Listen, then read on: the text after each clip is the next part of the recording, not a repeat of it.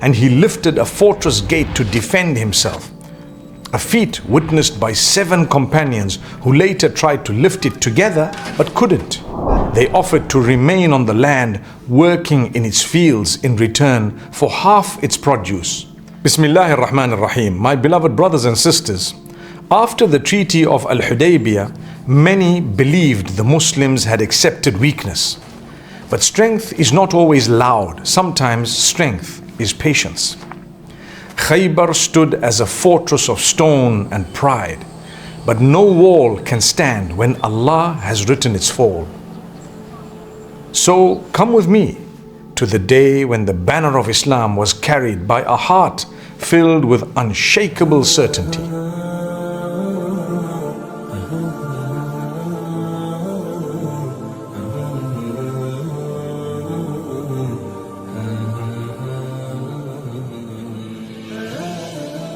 After returning from Hudaybiyyah, the Messenger of Allah, peace be upon him, stayed only a short while in Medina before marching once more, this time toward Khaybar, in the 7th year after Hijrah. Khaybar was a land of strongholds and wealth, home to tribes who had supported Quraysh and plotted against Islam. As the Prophet, peace be upon him, prepared, he appointed one of his trusted companions to oversee Medina, and entrusted the banner of command to Ali ibn Abi Talib, may Allah be pleased with him. The army advanced through the dark valleys of Hijaz. Along the way, the companions sang lines of courage.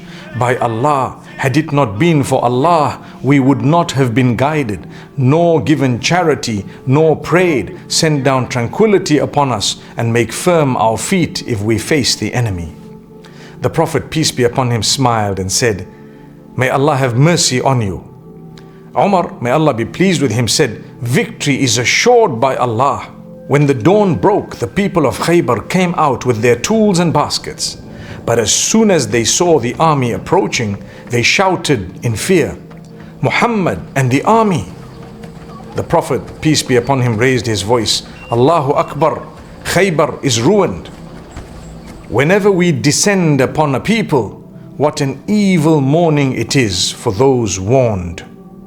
Khaybar was made of 7 great fortresses, each a mountain of stone and pride. The Prophet, peace be upon him, surrounded them one by one. The first fortress fell. There, Mahmud ibn Maslama was martyred when a millstone was dropped upon him. Then fell the next one, the stronghold of Banu Abil Huqayq. Among the captives was Safiya bint Huyay, daughter of the chief of Banu Nadir, a woman of noble lineage and faith. She was brought to the Prophet, peace be upon him. He honored her, freed her, and later married her, thus uniting 2 tribes that had once been enemies. From within the fortress came a warrior, Marhab, a giant clad in armor, roaring, "Khaybar knows that I am Marhab, armed, valiant. When battle flames rise." He challenged the Muslims, and Muhammad ibn Maslama stepped forward.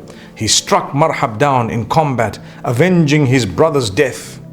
Then another, Yasir, came out and was slain by the young Az-Zubayr ibn al-Awwam, fulfilling the Prophet, peace be upon him's words to Safiya, "Your son will slay him, insha'Allah." The Prophet, peace be upon him, then said, "Tomorrow I will give the banner to a man who loves Allah and His Messenger, and Allah and His Messenger love him. Through him Allah will grant victory." The companions waited eagerly. The next morning he called for Ali ibn Abi Talib, may Allah be pleased with him, whose eyes were sore. The Prophet, peace be upon him, blew in them with some saliva and supplicated, and Ali was healed. He gave him the banner and said, "Go forward and do not turn back until Allah grants victory." Ali ibn Abi Talib, may Allah be pleased with him, advanced, crying, "Allahu Akbar," and fought with immense courage. At one point, his shield fell, and he lifted a fortress gate to defend himself. A feat witnessed by 7 companions who later tried to lift it together but couldn't. One by one, the fortresses fell, until the last surrendered after long siege.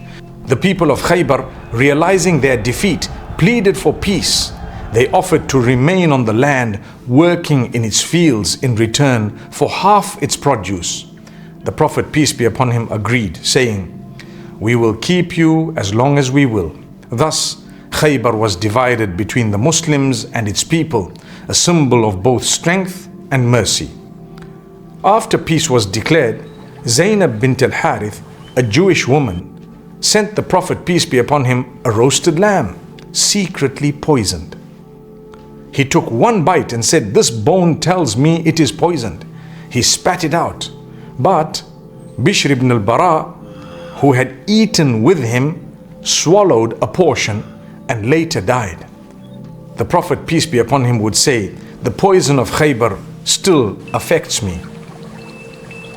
After Khaybar, the Prophet, peace be upon him, moved towards Wadi al-Qura, which surrendered peacefully and then returned to Medina. He distributed the spoils with fairness and gratitude. The women who had aided in the battle, tending to the wounded, were also granted a share. That night, the Prophet, peace be upon him, married Safiya, may Allah be pleased with her, and Abu Ayyub al-Ansari stood guard outside his tent, sword drawn. When the Prophet, peace be upon him, awoke, he prayed, "O Allah, protect Abu Ayyub as he protected me." Khaybar stood as a fortress of arrogance, yet fell through faith, unity and divine aid. The companions saw that no wall is high enough and no fortress is strong enough to stand against the will of Allah. Victory belongs to Allah. He grants it to whom He wills. And so Khaybar fell, not by numbers or power, but by certainty and trust in Allah. The believers returned strengthened in faith, in unity and in conviction. But beyond Khaybar lay a new test, a battlefield unlike any before, where commanders would fall, but the message would not. In the next episode, inshallah, we will walk toward Mu'tah.